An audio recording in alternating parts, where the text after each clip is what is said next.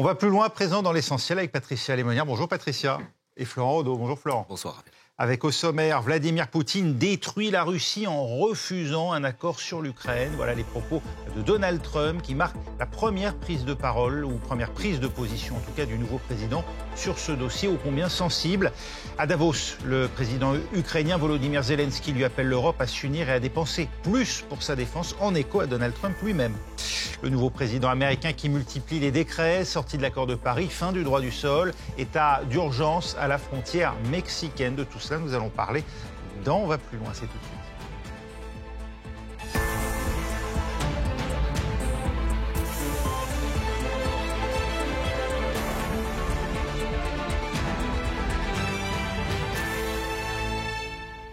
Donald Trump effectue donc son premier jour de plein exercice de son nouveau mandat de président à la tête des États-Unis. Et manifestement, il n'entend pas perdre une minute. C'est par son réseau social que 4 hauts fonctionnaires de l'administration Biden auront ainsi appris leur licenciement.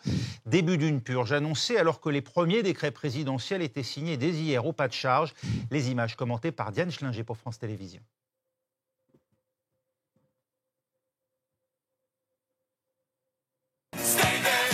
Danse de la victoire. Un déhanché en smoking, sabre à la main. Voici comment Donald Trump fête son nouveau statut de commandant en chef des armées américaines. Après le moment solennel de l'investiture, le rideau s'ouvre. Le show à l'américaine, ou plutôt à la Trump, a commencé et cela va durer 4 ans. Le 47e président des États-Unis fend la foule chauffée à blanc et brandit le poing. Signe de ralliement repris par ses partisans. Il annonce gracier les émeutiers de l'assaut du Capitole. On va signer des grâces pour beaucoup de gens. Et commence la politique spectacle. C'est devant ses électeurs que Donald Trump signe ses premiers décrets. Imaginez Biden faire ça? Je crois pas. Le premier pour annuler 78 textes de son prédécesseur. Les suivants pour suspendre les régularisations des immigrés, geler les embauches des fonctionnaires fédéraux, sortir des traités internationaux sur le changement climatique. Voici pour le retrait des accords de Paris. Chaque paraphe est acclamé par ses supporters. Merci, Monsieur le Président. Nous allons économiser 1 000 milliards de dollars. Et Donald Trump de jeter à la foule ses stylos, telle une rockstar. Aujourd'hui, c'est comme Noël, j'ai tout ce que je veux. Une fièvre militante jusque dans les bars de Washington. Dites à la France et à l'Europe que les États-Unis sont de retour, et mieux que jamais. Donald Trump fait ensuite son retour officiel à la Maison-Blanche et dans le bureau ovale. Il faudra attendre la question d'un journaliste pour qu'il s'intéresse à la lettre laissée par Joe Biden.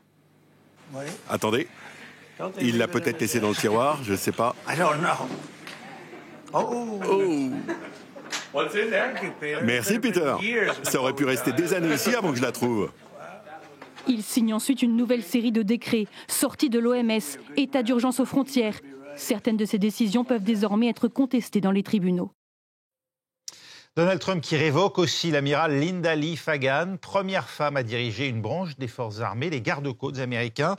Motif invoqué, son choix de privilégier les questions de diversité au détriment de la sécurité des frontières, selon les Républicains.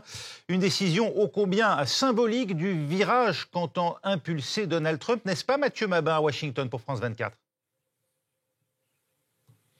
Oui, absolument. Et d'ailleurs, à elle seule, l'amiral Fagan était un symbole, évidemment. Je l'ai rencontré quelques fois, et soyons parfaitement clairs, jamais, que ce soit avant ou après sa transition, cet officier n'a cessé d'être reconnu pour sa compétence et son dévouement.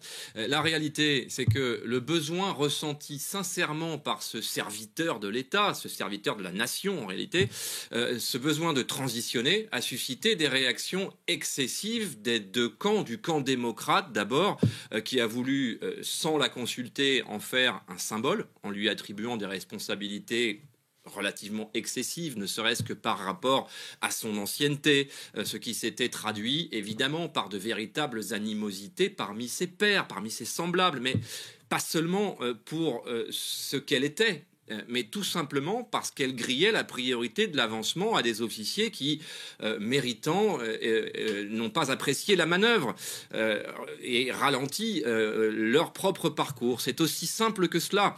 En cela, l'amiral Fagan, qui n'avait rien demandé, peut être raisonnablement considéré comme une victime. Un constat que l'administration Trump n'a pas du tout l'intention de faire, évidemment, et qui ne la voit que comme le symbole du progressisme démocrate débarquant au Pentagone. Et pour ne rien arranger, l'administration Biden a choisi de lui confier, on le sait, le double dossier des sujets migratoires qui incombent aux armées, mais également l'intelligence artificielle. Il n'en fallait pas plus pour qu'elle devienne, dans les consciences des conseillers défense de Donald Trump, l'ennemi à abattre, évidemment. L'amiral Fagan ira donc prématurément, encore une fois, jouir de ses droits à la retraite sans avoir jamais trahi personne et après avoir été, disons-le, le jouet politique de 2 administrations. Mais puisque l'on parle du Pentagone, il faut quand même qu'on cite le cas du général Milley, l'ancien chef d'état-major des armées de Donald Trump, sous son premier mandat, vous vous en souvenez évidemment, dont le portrait a été décroché du mur du Pentagone par quelques officiers à qui rien n'avait été demandé.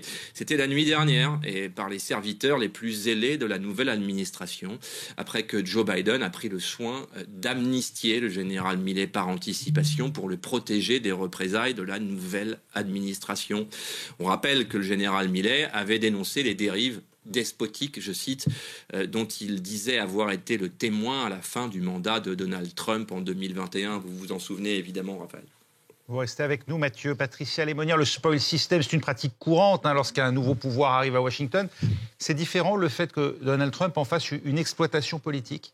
Alors, le spoil system, effectivement, c'est complètement courant. C'est 4000 hauts fonctionnaires, en gros, qui sont à chaque président qui valsent. Là, c'est autre chose parce que dans le spoil system, il y a remplacé une administration par une autre et par une administration qui est plus dévouée à sa vision du monde. Là, on a l'impression qu'on assiste, c'est de l'ordre de la vengeance, c'est de l'ordre de la poursuite jusqu'au bout de ceux que l'on veut éliminer. Donc, ça n'a rien à voir. Et d'ailleurs, dans cette signature de décret, dans ces discours qu'il a eu en particulier dans cette salle de sport, en quelque sorte, on sentait qu'il parlait essentiellement comme en campagne qu'à son électorat. Et dans ses discours, on a senti comme en campagne qu'il ne s'intéressait qu'à son électorat. En général, les présidents font un discours rassembleur. Et là, on avait un discours clivant, comme s'il continuait sa campagne. Tout en prétendant restaurer l'unité du pays qui aurait été abîmée par les démocrates, disait-il. À l'inverse de tout ce qui s'est passé. Donc, on a l'impression qu'il a vaincu, il a gagné, il a eu sa revanche sur son électorat, et c'est pour cet électorat, et c'est à cet électorat-là qu'il va continuer à s'adresser par ces décrets, parce que ces décrets sont là dans un premier temps pour les satisfaire. Et parmi ces décrets signés pour les satisfaire, il a notamment gracié, Florent Audouin, une partie des assaillants du Capitole. On peut y voir un encouragement à ceux qui voudraient à l'avenir s'en prendre au processus électoral. Oui, ce qui est sûr, c'est que c'est un message terrible qui est envoyé à tous celles et ceux qui croient en la démocratie, en la justice, dont on peut finalement tordre le cou si facilement. Le message, c'est vous pouvez faire tout ce que vous voulez, tant que vous êtes dans mon camp, cette loyauté chère au cœur de Donald Trump en étant plein dedans. Aujourd'hui, la loyauté à Donald Trump vaut plus que la loi. C'est un peu le message qui est envoyé aujourd'hui. Depuis hier, d'ailleurs, les démocrates n'ont pas de mots assez forts pour dénoncer, bras d'honneur à la démocratie américaine, insulte au système judiciaire américain. Bien sûr, chacun choisira son expression. Il faut bien se rendre compte que ce sont près de 1500 personnes, dont 1270 personnes condamnées pour le 6 janvier, qui ont été graciées, en plus des full pardons, ce qu'on appelle des grâces totales, et notamment 2 cas emblématiques. Le cas des leaders des Proud Boys, Enrique Tarrio, on rappelle que c'est un groupe d'extrême droite, suprémaciste blanc. Lui a été condamné à 22 ans de prison. C'est tout simplement la peine la plus lourde liée au 6 janvier. C'est donc un symbole du virage judiciaire dont vous parliez, Raphaël. Il y a également le fondateur des Oath Keepers, Stewart Rhodes, les gardiens du serment. Lui a été condamné à une peine de 18 ans de prison. Il faut bien se rendre compte que Donald Trump parlait d'eux comme des otages, ce sont des gens qui s'en sont pris à la démocratie américaine, ce sont des gens qui ont mis en péril le système démocratique américain en s'en prenant au Capitole. On rappelle au passage que 5 personnes sont mortes le 6 et le 7 janvier, et notamment un policier. On rappelle aussi que plusieurs policiers de Washington se sont suicidés après ce qu'ils ont vécu le 6 janvier. C'est donc une affaire extrêmement grave. Bien sûr, tout cela, en réalité, n'aura qu'une seule conséquence, aggraver justement ces divisions très fortes aux États-Unis. J'allais parler de la même chose, de ce discours rassembleur qu'on a l'habitude de voir à l'entrée de fonction d'un président. Il fallait voir la virulence, la violence du discours de Donald Trump hier, qui n'a même pas rendu grâce à Joe Biden, qui vient de servir 53 ans les États-Unis. On touche là au cœur de la démocratie américaine, Patricia Lémonière, jusque dans ce manque finalement de respect il va même plus loin envers ces politiques qui ont fait le déplacement, qui étaient présents hier. Oui, alors effectivement, je trouve que son discours était très humiliant pour Joe Biden. Moi, j'aurais été Joe Biden, je serais parti. J'ai envie de dire... Enfin bon, on ne peut pas, mais je ne suis surtout pas Joe Biden. Il joue le jeu démocratique, Joe Biden. Oui, mais Joe Biden joue le jeu jusqu'à la fin. Mais ce qui est intéressant, c'est qu'il touche aussi au 14e amendement. C'est-à-dire le 14e amendement, on va sûrement en reparler, c'est celui qui permet à toute personne née sur le sol américain de devenir américain. Et là, alors que c'est vieux de plus d'une centaine d'années, c'est incrusté dans la Constitution américaine, eh bien, il le révoque par un simple trait de crayon. Alors, simplement, les États font appel. Aujourd'hui, je crois qu'il y a plus d'une dizaine ou même plus, enfin sûrement Mathieu pourra nous le dire, d'États qui ont déjà lancé des procédures pour faire appel. Donc tous les décrets passés par Donald Trump vont donner lieu à des recours en justice. Ouais. Et donc là, on rentre dans un autre processus, et c'est bien là où on jugera la démocratie américaine. Sera-t-elle assez forte sur un plan judiciaire pour résister à cette espèce de machine et de rouleau compresseur de la violence incarnée par Trump? Et oui, mais Mathieu Mabin, on l'évoquait à l'instant, il y a effectivement parmi l'exemple de ces décrets qui peuvent être considérés comme exorbitants ou léonins, pris hier par Donald Trump, cette grâce accordée à ce millier de supporters arrêtés lors de l'attaque du Capitole. Le problème, c'est que Joe Biden, quelques heures plus tôt, avait lui-même accordé une grâce préventive à des membres de son entourage proche. Alors, est-ce que cela n'amenuise pas d'une certaine manière la critique envers Donald Trump ?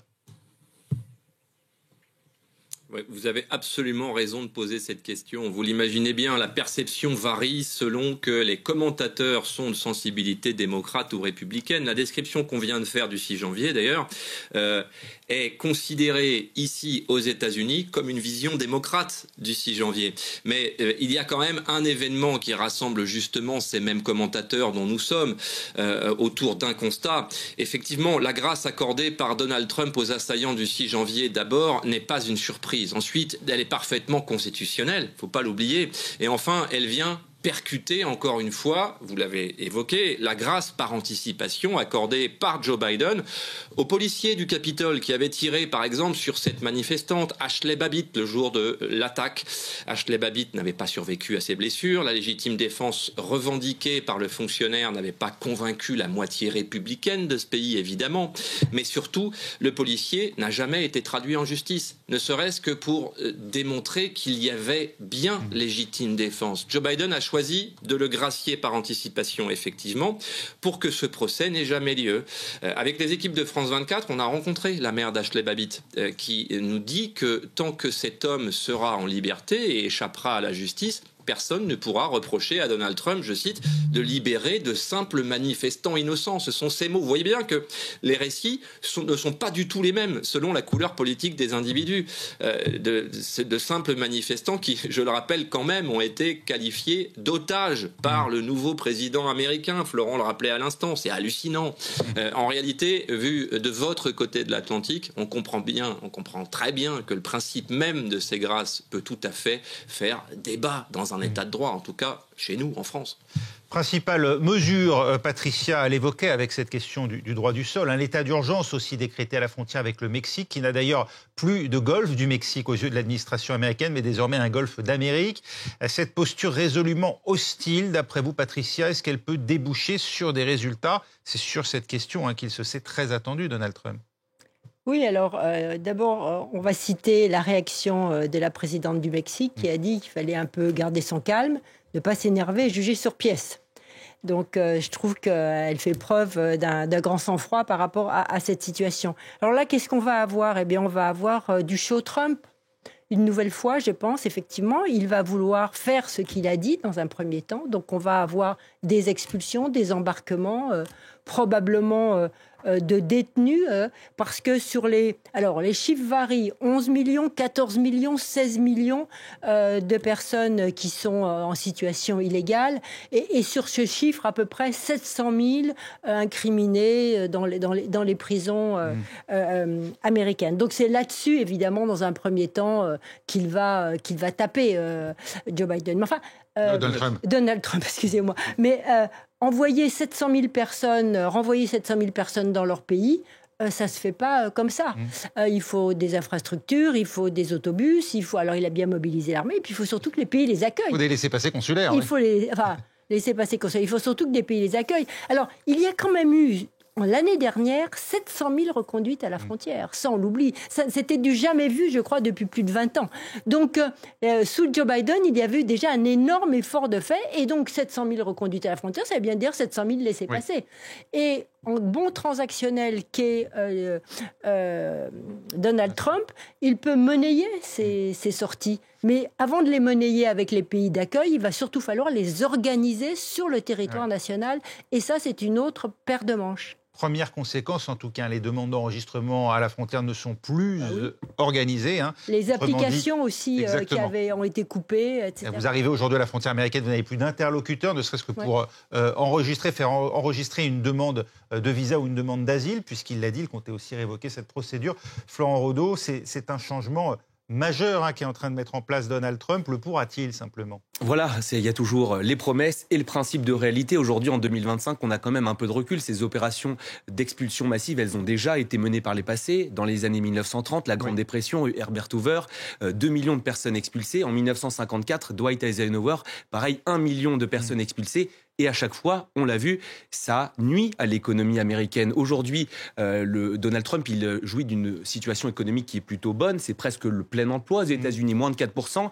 Et tiens, ça coïncide à l'entrée de 4 millions de travailleurs, en tout cas de personnes étrangères, sous le mandat de Joe Biden. Donc, il y a un principe de réalité. Donald Trump, évidemment, il va vouloir que son économie, elle se porte bien durant ces 4 années. Donc, il va bien falloir voir ce qui va se faire. Donald Trump, vous évoquez cet objectif de 11 millions de personnes expulsées. Mais ça coûte très cher. Il y a des instituts qui ont estimé à 88 milliards de dollars l'expulsion de 11 millions de personnes entrées clandestinement sur le territoire. Est-ce que Donald Trump voudra mettre demain près de 90 milliards sur la table ? La réponse est un peu dans la question. Mathieu Mabin, il y a eu depuis Edgar Hoover des villes qu'on dit sanctuaires aux États-Unis qui ont accepté la présence de migrants illégaux au motif qu'ils participent à l'économie. Certains sont installés sur le territoire depuis bien longtemps. On sait comment va se dérouler cette opération qualifiée de sauvegarde par celui qu'on désigne comme le tsar des frontières, Tom Homan, et qui doit débuter à Chicago dès cette semaine. Alors, on l'a entendu à l'instant, beaucoup d'obstacles ont déjà été énumérés sur votre plateau par Florent et Patricia. Et donc non, en fait, on ne sait pas vraiment, puisque l'opération promise par Donald Trump, qui consisterait à traquer, interpeller et expulser entre 11 et 15 millions d'individus, c'est le dernier chiffre que l'on possède, est, on le sait, totalement fantasque, techniquement. D'abord, elle prendrait un temps fou, cette opération, probablement une décennie. Or, Donald Trump n'a pas ce temps-là, évidemment. Même s'il passait le flambeau à son successeur, ce serait un programme absolument impossible à mettre en œuvre dans un temps court, en tout cas. Ensuite, elle coûterait, Florent l'a rappelé, des dizaines de milliards de dollars. Il y a un chiffre qui circule. Alors, ne me demandez pas d'où il vient, on parle de 88 milliards de dollars. Est-ce que c'est calculé sur les 11 millions ou les 15 ? On n'en sait rien, mais vous voyez bien qu'on parle de montants astronomiques. Et enfin, elle priverait l'Amérique de quelques-uns des poumons économiques de ce pays. C'est ça tout le paradoxe de cette affaire, d'une main-d'œuvre absolument indispensable au fonctionnement de l'Amérique. C'est d'ailleurs tout le paradoxe du discours de Donald Trump, qui veut à la fois lâcher la bride de l'économie américaine comme il aime tant faire, et en même temps la priver de ce qui est concrètement un atout pour les secteurs de la restauration, le bâtiment, les travaux publics, l'agriculture. Et J'allais pas en parler, mais même l'armée.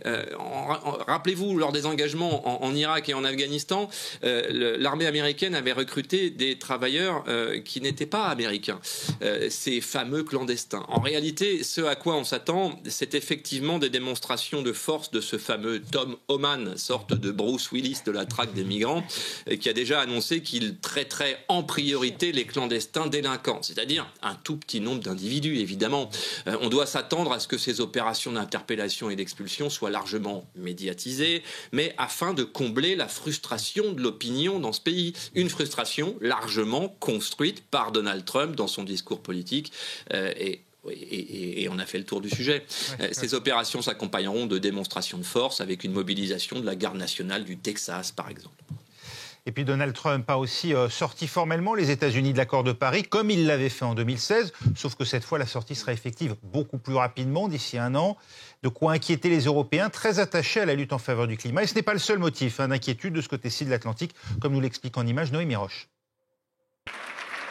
À Davos, elle est venue forger de nouveaux partenariats. Face au retour de Donald Trump à la tête des États-Unis, la présidente de la Commission européenne veut rester pragmatique. Notre première priorité sera de nous engager rapidement, de discuter des intérêts communs et d'être prêts à négocier. Nous serons pragmatiques, mais nous nous en tiendrons toujours à nos principes. Protéger nos intérêts et défendre nos valeurs, telle est la voie européenne. Ursula von der Leyen a ainsi tendu la main à la Chine et annoncé qu'elle se rendrait prochainement en Inde. Une manière de répondre aux menaces de Donald Trump, qui a notamment promis d'augmenter les droits de douane avec l'Europe. Le nouveau président n'a pas donné de détails lors de son investiture. Il doit s'exprimer en visioconférence à Davos ce jeudi. Donald Trump a en revanche déjà signé le décret pour retirer une nouvelle fois les États-Unis de l'accord de Paris sur le climat, alors même que les effets du dérèglement climatique se font de plus en plus sentir. Un accord défendu comme le meilleur espoir de l'humanité par Ursula von der Leyen. Autre motif d'inquiétude pour les Européens, l'annonce de la sortie des États-Unis de l'Organisation mondiale de la santé, mais aussi le rôle des États-Unis de Donald Trump dans le monde. Une question essentielle pour le président ukrainien, lui aussi à Davos, et dont le pays s'approche de 3 ans de guerre avec la Russie.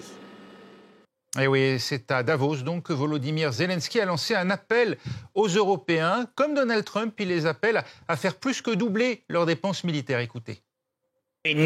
Nous avons besoin d'une politique européenne unie en matière de sécurité et défense. Et tous les pays européens doivent être prêts à dépenser autant que nécessaire pour la sécurité. Et pas seulement ceux à quoi ils sont habitués pendant des années de négligence. S'il faut 5% du PIB pour couvrir la défense, qu'il en soit ainsi. Des années de négligence. Voilà qu'il admoneste presque les Européens. Pourtant, c'est bienfaiteur aujourd'hui, Volodymyr Zelensky, qui fait écho aux demandes de Donald Trump aux mêmes Européens. Il fait du zèle, d'après vous, Patricia Lémonière ? Ils sont en grande difficulté sur le front. On dit que, par exemple, les Russes auraient 1000 morts ou blessés par jour et à peu près l'équivalent côté ukrainien, un peu moins parce qu'ils se lancent moins dans de l'offensive, mais il y a des pertes énormes et il n'y a pas assez d'armes. Donc effectivement, lui, il a besoin d'armement et il a besoin qu'on lui dise oui, on sera là, ne vous inquiétez pas, etc. Il y a peut-être aussi l'idée de convaincre Donald Trump d'aider l'Ukraine en ayant le même langage. Alors il tient le même langage, 5%. Pourtant les États-Unis, en dépenses militaires, dans leur PIB, c'est que 3,4. Mais eux, ils ont 3,4, mais ils nous demandent de faire 5. Ils réclamaient 2% il y a 4 ans. Oui, ils demandaient, mais là, ils sont montés à 5, effectivement. Eux, ils sont à 3,4, etc. Les Polonais sont déjà pratiquement à 5, etc. Mais ce que veut Zelensky, effectivement, c'est que l'Europe soit forte, mais au-delà de ça, ce qu'il voudrait, c'est avoir une garantie de sécurité et être dans l'OTAN. Et ce qui a profondément énervé, je crois, Trump, et ce qui explique un peu la déclaration qu'il a faite vis-à-vis de la Russie, qui est en disant que la Russie... Oui, il estime que Vladimir Poutine détruit la Russie en refusant un accord sur l'Ukraine. On va peut-être l'écouter très rapidement. Voyez, je vous ai aidé. Zelensky veut passer un accord. Je ne sais pas si Poutine le souhaite, peut-être pas. mais il devrait le faire. Je crois qu'il est en train de détruire la Russie en ne voulant pas passer un accord. Je pense que la Russie va avoir de gros problèmes.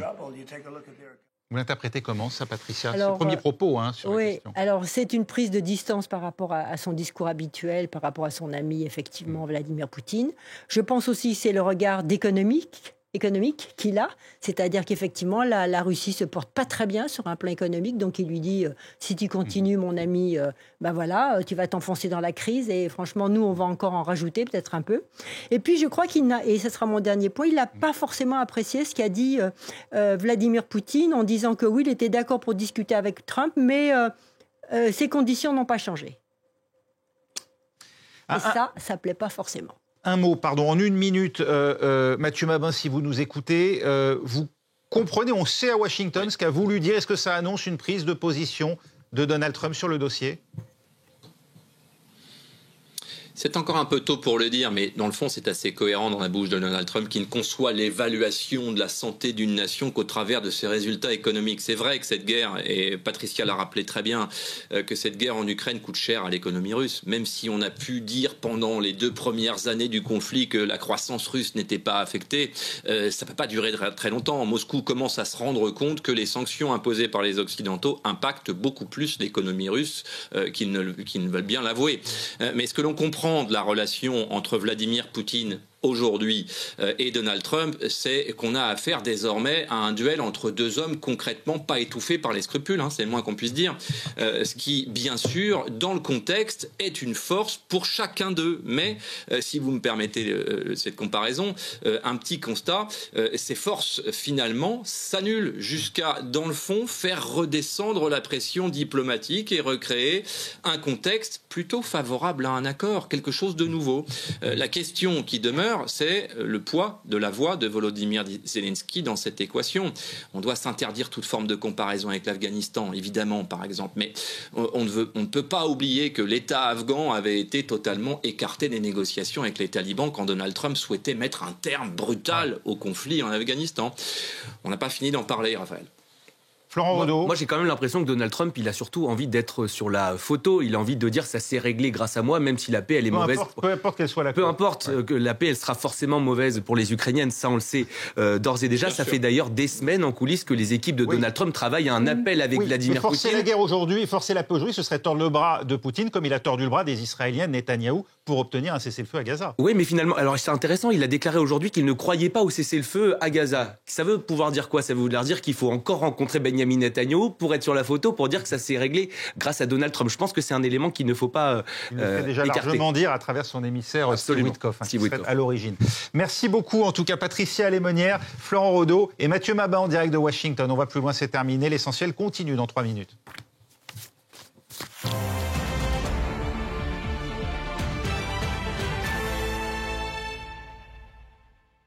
En soirée, faites un tour complet de l'actualité dans l'Actu 360 aux côtés d'Anthony Saint-Léger. Tous les faits, toutes les clés pour décrypter l'actualité. Je vous donne rendez-vous du lundi au jeudi de 22h à minuit en direct dans l'Actu 360 sur France 24.